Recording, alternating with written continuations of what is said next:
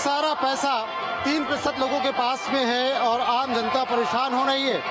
उन्होंने साफ लहजे में कहा कि टाटा, बिरला, अंबानी आप पर राज कर रहे हैं। आपके खिलाफ जीएसटी लागू कर दी जाती है, आपके खिलाफ नोटबंदी कर दी जाती है, लेकिन आपका सुनने वाला कोई नहीं है। वहीं उन्होंने अग्निवीर योजना को भी निशाने पर लिया और कहा कि अग्निवीर योजना के जरिए तमाम जो अल्पसंख्यक थे, दलित थे और ओबीसी से उनका सेना में जाने का रास्ता बंद कर दिया गया है।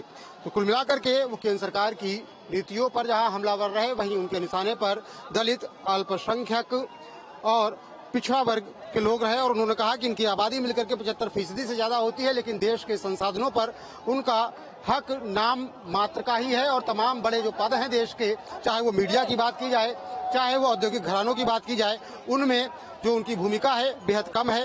और यही वजह है कि इन लोगों को न्याय मिलना चाहिए। और सबसे पहले तो देश में जाति जनगणना होनी चाहिए और इसके बाद इकोनॉमिकल सर्वे हो, जिससे पता चल सके कि इन लोगों के पास किस तरीके की इनकी आर्थिक स्थिति है और इनकी आर्थिक स्थिति को तभी सुधारा जा सकता है। उनका कहना है कि केंद्र सरकार की गलत नीतियों की वजह से लगातार पिछड़े लोगों को, दलितों को, वंचितों को उनका हक नहीं मिल पा रहा है और सरकार उन्हें उनके हकों से दूर करने की बात कर रही है। यही उनकी न्याय यात्रा का उद्देश्य है कि लोगों को जागरूक किया जा सके और ऐसे वंचित तबकों को न्याय दिया जा सके।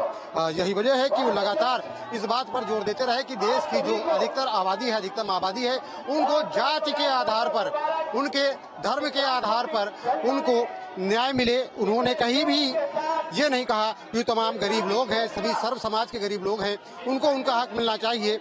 उन्होंने लोगों को उकसाने का काम किया और कहा कि जातीय आधार पर लोग पिछड़े हुए हैं और जिन जातियों के लोग पिछड़े हुए हैं उनकी जनगणना करा करके उनके लिए विशेष योजनाएं चलाई जाए और उन्हें कहीं ना कहीं उनका हक देने का प्रयास किया जाए। तो कुल मिलाकर के ये पूरी जो न्याय यात्रा है उसमें उनके टारगेट पर वो लोग हैं जो दलित हैं, वंचित हैं और पिछड़े समाज से आते हैं, लेकिन उनके लिए कोई योजना उनके पास नहीं है। उनका कहना यह है कि जाति जनगणना के आधार पर ये सुनिश्चित होगा कि कितने लोग किस जाति वर्ग से आते हैं और देश के संसाधनों में कितना उनका कितना हक है और सरकारी नौकरियां हैं उसमें कितने लोग हैं, जो बड़े पद हैं उसमें कितने इन समाज के लोग हैं। अगर ऐसा नहीं है तो ऐसे में उन लोगों का वोट हासिल किया जा सके और कहीं ना कहीं केंद्र सरकार को उखाड़ फेंकने का काम किया जाए और कांग्रेस को